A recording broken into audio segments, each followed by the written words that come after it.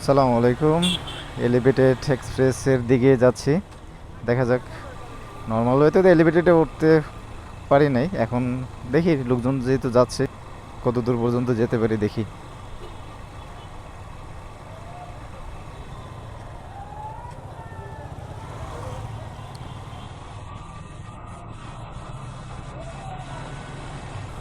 বাবু ভাই চলেন সামনে আগান।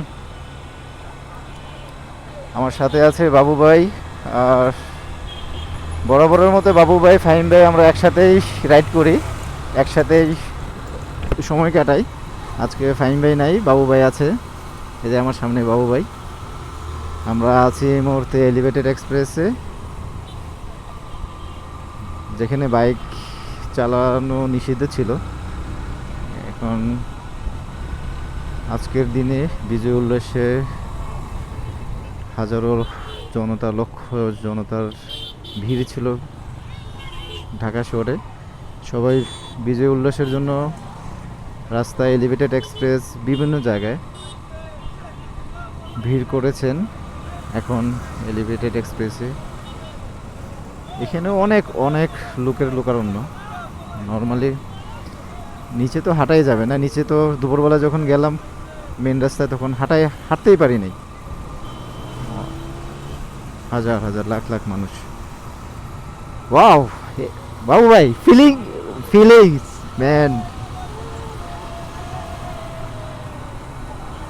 What a feelings. এর আগে তো কখনো এই ফিলটা পাইনি। বাবু ভাই চলেন এলিভেটেড এক্সপ্রেসের লাস্ট মাথা ফার্ম গেট পর্যন্ত যাই। Okay done. Speed up, speed limit control 50-60।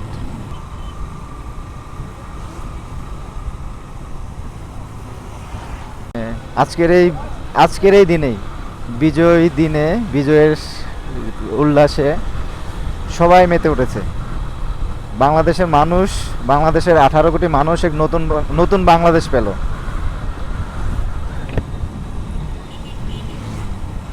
মানে আমাদের দেশের ছাত্ররা, ছাত্র জনতা এক হলে, মানে সর্বস্তরের মানুষ এক হলে যে সব কিছুই সম্ভব, আজকেই তার আজকেই তার প্রমাণিত হলো। মানে স্টুডেন্ট পাওয়ারের উপরে তো আসলে কোনো পাওয়ার নাই। আমরা এলিভেটেড এক্সপ্রেসের উপর দিয়ে যাচ্ছি, ভালোই লাগছে, অনেক অনেক ভালো লাগছে। ফুল ফুল একটা এনজয়মেন্ট, একটা মুভমেন্ট। আসলে এই দিনটা আসলে মানে আমাদের কাছে একটা, হ্যাঁ, স্মরণীয় হয়ে থাকবে। শত শত বাইকার, শত শত মানুষ, একটা স্বপ্নের মতো ছিল। পতাকা আছে সামনে, এখানে পতাকার ছবি তুলবেন এখানে না আরো সামনে যেয়ে ছবি তুলবো? সামনে মহাখালী। এখন আমরা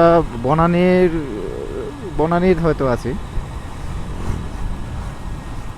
তবে আমাদের বাইকারদের যেটা করা উচিত, ওভার স্পিডিং যেন আমরা না করি। আমাদের একটা, আমার ব্যক্তিগত যে অভিমত, সবার প্রতি একটা রিকোয়েস্ট থাকবে যে আমরা স্পিড লিমিটটা কন্ট্রোলের মধ্যে রাখবো, আমরা ওভার স্পিডিংয়ে যাব না। আর অবশ্যই ট্রাফিক রুলস মেনটেন করে, যেহেতু আজকের দিনে কোনো ট্রাফিক রুলস, যেহেতু এখানে আজকের দিন বাদ দিলাম, এজ ইউজুয়াল আমরা যখন রাইড করি ট্রাফিক রুলস তো মেনেই চলবো।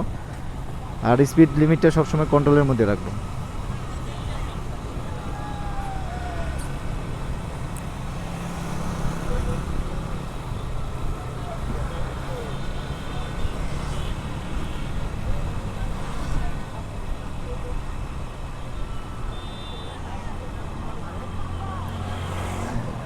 চলেন এখানে দাঁড়াই।